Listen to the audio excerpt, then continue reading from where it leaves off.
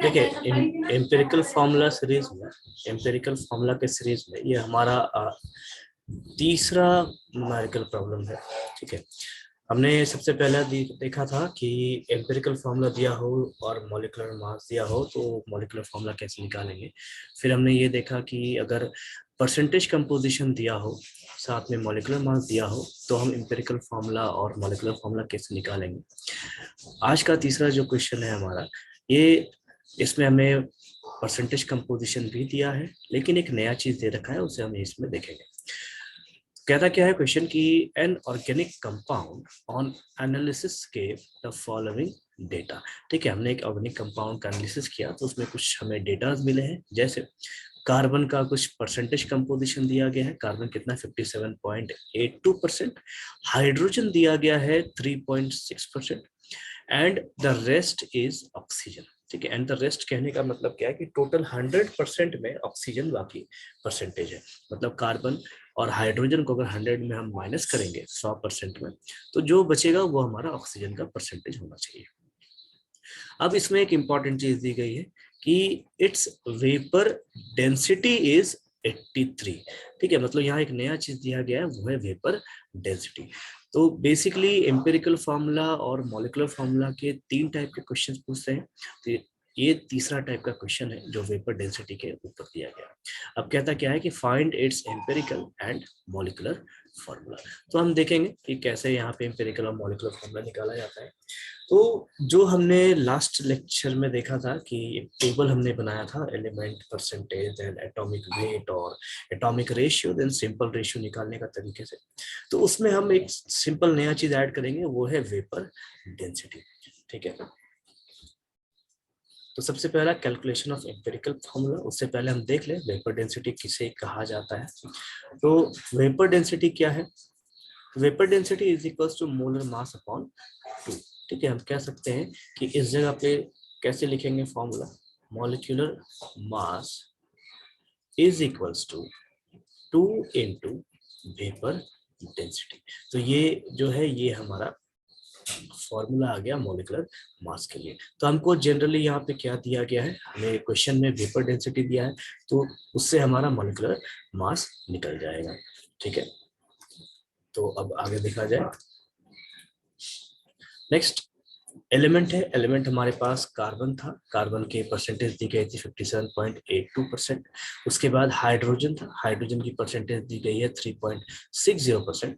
और क्वेश्चन में क्या कहा था कि द रेस्ट इज ऑक्सीजन।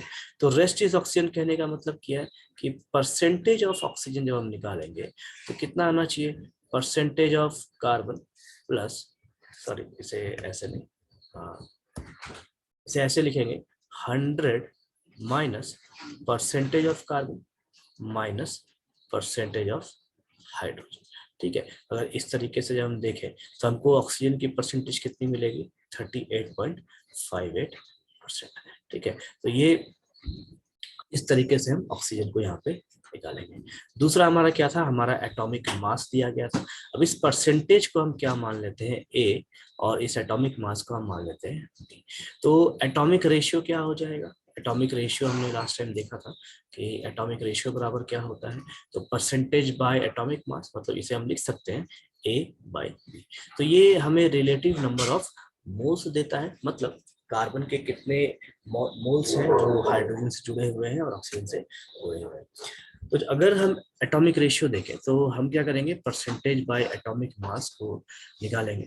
तो 57.82% जिसे डिवाइड किया गया है 12 से, तो यहाँ पे हमें क्या दिख रहा है 4.818%। ये क्या है हमारा, सॉरी 4.818, ये हमारा रिलेटिव नंबर ऑफ मोल्स है, मतलब एटॉमिक रेशियो है कार्बन का। वही हाइड्रोजन को देखें तो हाइड्रोजन का परसेंटेज दिया गया है 3.60, उसे डिवाइड करेंगे उसके एटॉमिक मास से तो हमें कितना क्या मिलेगा, 3.60 number of relative number of moles. उसके बाद ऑक्सीजन का एटॉमिक सॉरी परसेंटेज हमको दे रखा है 38.58। हालांकि ये दिया नहीं है, इसे हमने कैलकुलेट किया है। कैलकुलेट करने का तरीका क्या है, 100 में कार्बन की परसेंटेज को माइनस करना और हाइड्रोजन की परसेंटेज को माइनस करना। फिर ऑक्सीजन का एटॉमिक मास होता है 16, ठीक है, तो एटॉमिक रेशियो क्या आ जाएगा, percentage divided by atomic mass.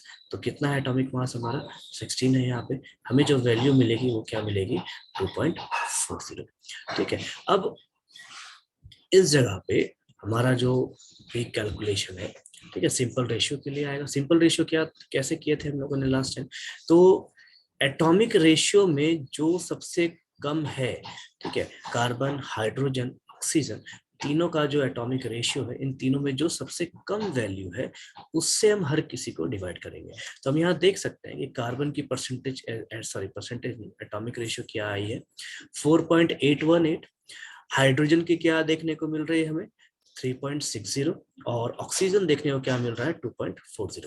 तो 2.40 सबसे कम है, तो हम क्या करेंगे, कार्बन के एटॉमिक रेशियो को डिवाइड करेंगे 2.4 से, हाइड्रोजन के एटॉमिक रेशियो को डिवाइड करेंगे 2.4 से, देन ऑक्सीजन के एटॉमिक रेशियो को डिवाइड करेंगे 2.4 से। तो हमको सिंपल रेशियो कितना मिलेगा, यहाँ पे 2 देखने को मिलेगा। सबसे पहले कार्बन का हमको यहाँ पे 2 देखने को मिलेगा, ठीक है, तो कार्बन का ये 2 आया, हाइड्रोजन का 1.5 और ऑक्सीजन का 1।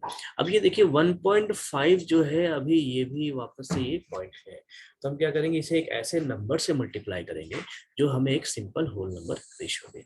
तो इस 1.5 को अगर 2 से मल्टीप्लाई करते हैं तो ये आएगा 3। तो अगर हमने एक को मल्टीप्लाई किया है तो बाकी सबको भी मल्टीप्लाई करना पड़ेगा। तो कार्बन को भी 2 से मल्टीप्लाई करेंगे और ऑक्सीजन को भी 2 से मल्टीप्लाई करेंगे। तो सिंपल होल नंबर जो रेशियो है वो क्या देखने को मिल रहा है 4, 3 और 2।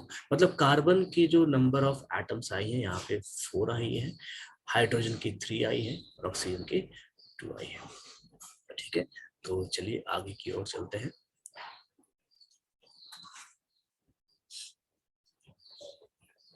देखिए एम्पिरिकल फॉर्मूला क्या आया हमारे पास C4H3 होल 2। अब हम क्या करेंगे, मॉलिक्यूलर फार्मूला कैलकुलेट करेंगे। मॉलिक्यूलर फार्मूला कैलकुलेट करने का क्या तरीका है हमारा, तो एम्पिरिकल फार्मूला मास पहले निकालेंगे, क्योंकि हमारे पास यहाँ पे क्या दिया गया है, इस जगह पे हमारे पास कितने कार्बन है, टोटल 4 कार्बन है, 3 हाइड्रोजन है और 2 ऑक्सीजन है। तो कार्बन का एटॉमिक मास गुने 4 कार्बन, हाइड्रोजन का एटॉमिक मास 1, जिसे मल्टीप्लाई करेंगे हम 3 हाइड्रोजन से, उसके बाद ऑक्सीजन यहाँ 2 है, उसके 16 एटॉमिक मास से हमने मल्टीप्लाई किया। तो टोटल जो वैल्यू यहाँ आ रही है एम्पिरिकल फॉर्मूला की जो मास आ रही है वो कितने आ रही है 83, ठीक है। अब आगे देखते हैं, मॉलिक्यूलर मास जो है वो कितना, मॉलिक्यूलर मास का जो हमने फॉर्मूला देखा था वो क्या देखा 2 इंटू वेपर डेंसिटी। अब देखिए वेपर डेंसिटी क्वेश्चन में हमें दिया गया है 83, तो मॉलिक्यूलर मास कैसे निकल जाएगा, मॉलिक्यूलर मास बराबर क्या होगा 2 इंटू यहाँ पे वेपर डेंसिटी होगा, तो 2 इंटू 83 जब हम करेंगे तो हमको क्या देखने को मिलेगा 166। तो हम कह सकते हैं यहाँ जो मॉलिक्यूलर फॉर्मूला आएगा उसका जो मॉलिक्यूलर मास है वो कितना है 166 है, ठीक है। तो एक मिनट, ये अब n निकालते हैं। n बराबर क्या होता है, molecular mass upon empirical formula mass, ये हमने पहले भी पढ़ा है, ठीक है, पहले क्या लास्ट लेक्चर में ही हमने इसे देखा था। तो मॉलिक्यूलर मास कितना आया हमारे पास 166 और एम्पिरिकल फॉर्मूला मास कितना है 83। ये हमें क्या देगा n इज इक्वल टू 2। तो यहाँ जो इंटीजर हमें देखने को मिला है वो क्या है 2 है। अब molecular formula is equal to empirical formula into n, तो इसे मल्टीप्लाई करेंगे जब एम्पिरिकल फार्मूला को 2 से, तो हमको क्या मिलेगा C3H6 एंड O4। तो ये जो फार्मूला हमको देखने को मिला ये हमारा फाइनल मॉलिक्यूलर फार्मूला आएगा, ठीक है। तो वेपर डेंसिटी का जो क्वेश्चन है वो इस तरीके से सॉल्व किया जाता है। Basically empirical formula, molecular formula पे ये 3 टाइप के क्वेश्चंस पूछे जाते हैं एग्जाम्स में, ठीक है, और वो इन 3 तरीके से सॉल्व किए जाते हैं।